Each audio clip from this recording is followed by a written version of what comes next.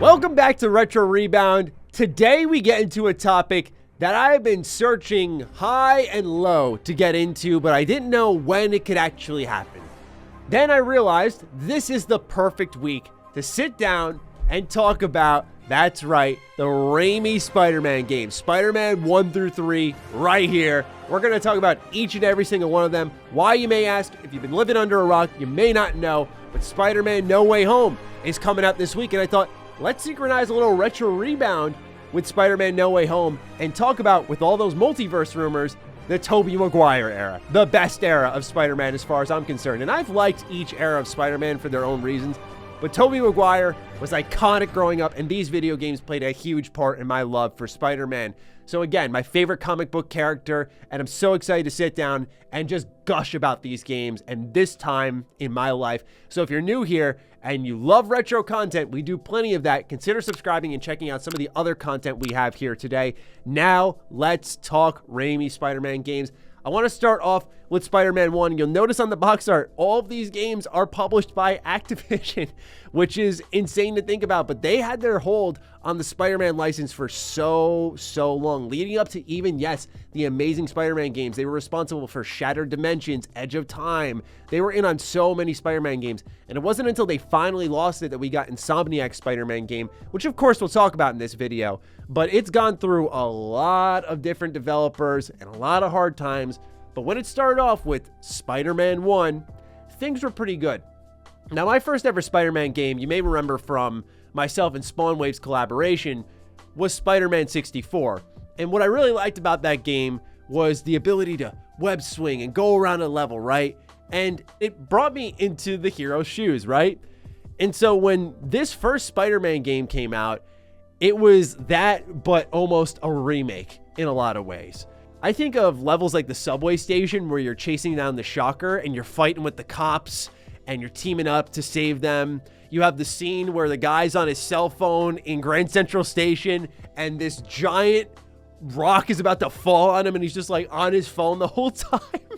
There's incredible moments where the Raimi movies, I think, were known for being very charming and clearly adored the character of Spider-Man and told something compelling, but they had these moments of just, I'd say, lack of awareness.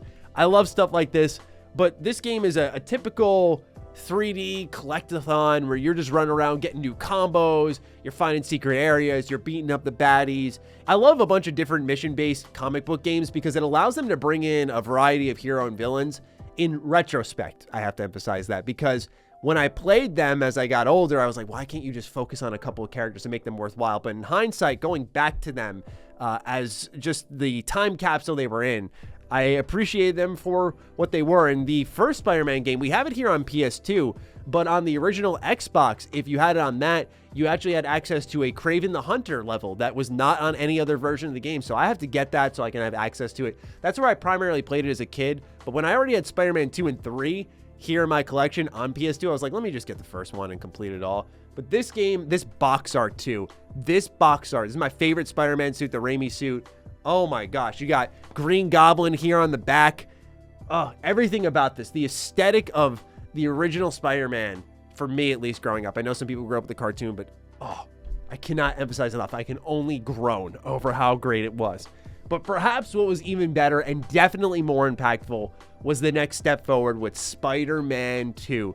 Spider-Man 2 is one of the greatest, most impactful open world games ever, and that's sick for a superhero game to actually be able to say, because it set the template for superhero games moving forward until I would say Rocksteady came through with the Arkham Asylum games, Arkham City, and really started to open things up and show that AAA level quality with a comic book character. But I think Spider-Man 2 did it first, set in the open world of New York City. Again, very much like Spider-Man, it would be mission-based, so you'd go and see all different manner of villains like Mysterio, see Electro, all that stuff. Doc Ock, of course.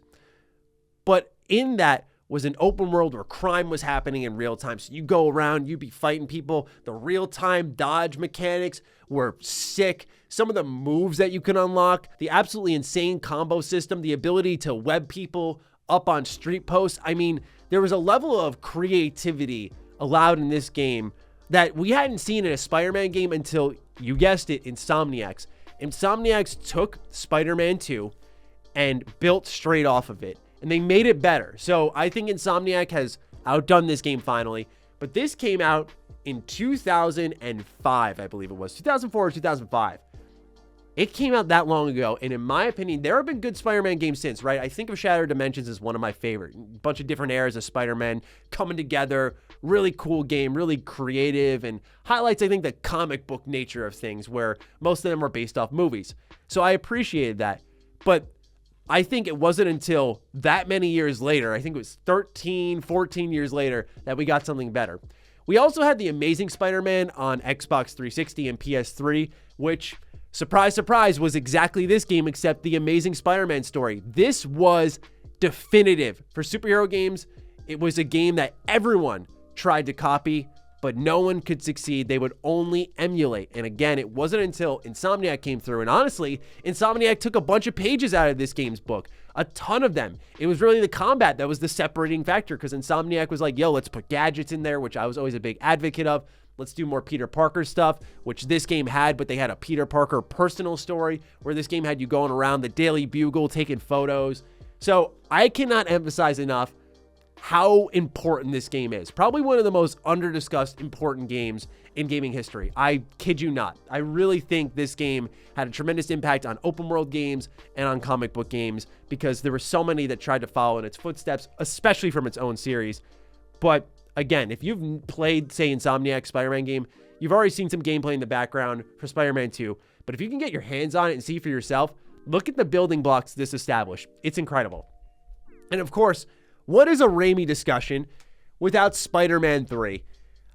Spider-Man 3, the dark horse. Now, hot take on the movie, and it's not intentional, I know, but Spider-Man 3 is probably one of my favorite comedy films. I think this movie is hilarious. I watch it every now and then, and I get a couple good laughs out of it, because it's so, let's just say it, bad in a lot of ways. But I think there's a charm to it, and especially the dialogue, and that carries into this game here, because across all three of these games, you got Tobey Maguire voicing Spider-Man, and you hear all the actors from the movies in these games. You can tell they were built for the theater stage. They were not built for video games, and there weren't great voice directors back then, because especially this game, when Peter Parker's in his dark suit and he's on the phone with MJ, screaming at her in Dr. Connor's lab. He's like losing his mind. He's like, don't call back. Hello? MJ? What do you want? No, I haven't found out anything. Don't call back. Oh my God. It's hilarious. And so this game is also, just like Spider-Man 3, the movie, hilarious. Why is that? Beyond the dialogue, I love that this game has these unnecessarily gruesome death scenes. Tomb Raider, the modern Tomb Raider games have a reputation for this, where Lara Croft will be floating down a river, you're trying to dodge sticks, and you die, and you think it's just going to fade to black, but they show you something way worse than you really needed to see, and it makes you feel a little uncomfortable.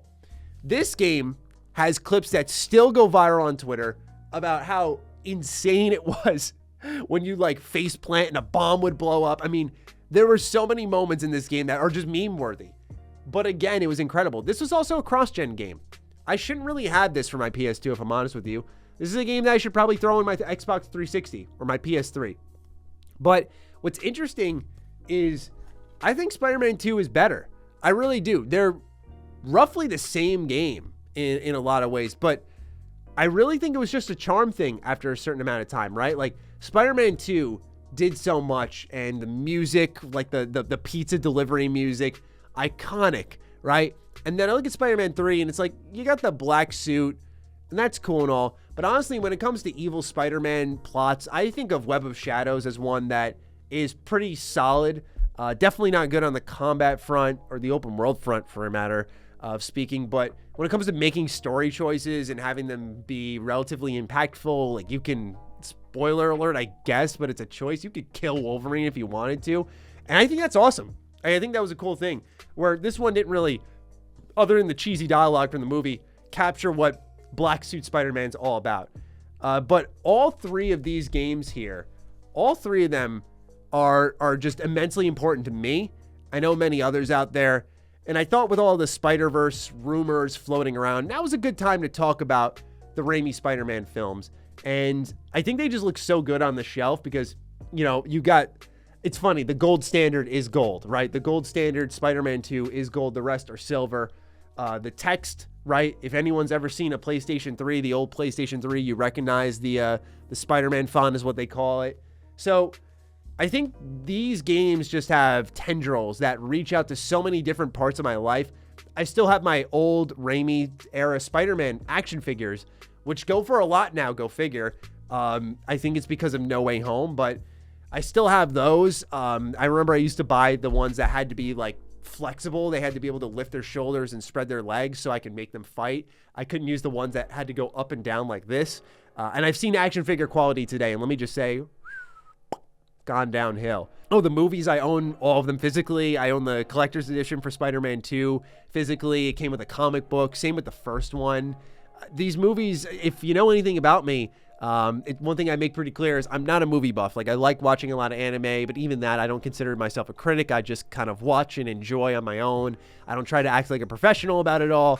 And so to me, the Raimi films are ones that I rewatch a lot. And that's pretty rare for me to do, is to watch a movie, let alone rewatch them. And especially ones I'm familiar with. I'm usually looking for something new with movies because I'm always hearing how I miss out on stuff. Just charming films, charming games. And I don't know if you played Insomniac's Spider-Man game, if you could go back and play these games, would you love them? I think Spider-Man 1 honestly stands the best chance. I think Spider-Man 2 is just too close now to what Insomniac did, where you'd look at it as an inferior copy. And same thing would go for Spider-Man 3. But this Spider-Man 1 is more along the lines of what we've seen from really old superhero games. And since it's all mission-based, you can kind of excuse it for being in the time capsule, where the others are looking like imitators, sadly. But they're not. They're the precedent setters. So, I've said it enough on Spider-Man. Shout out to Sam Raimi. Shout out to No Way Home hype. Looking forward to seeing the movie. And I just want to share this moment with all of you here today. So, let me know what you're thinking of all of these in the comments down below. And with that, take great care of yourselves. And I'll talk with you soon. Peace out.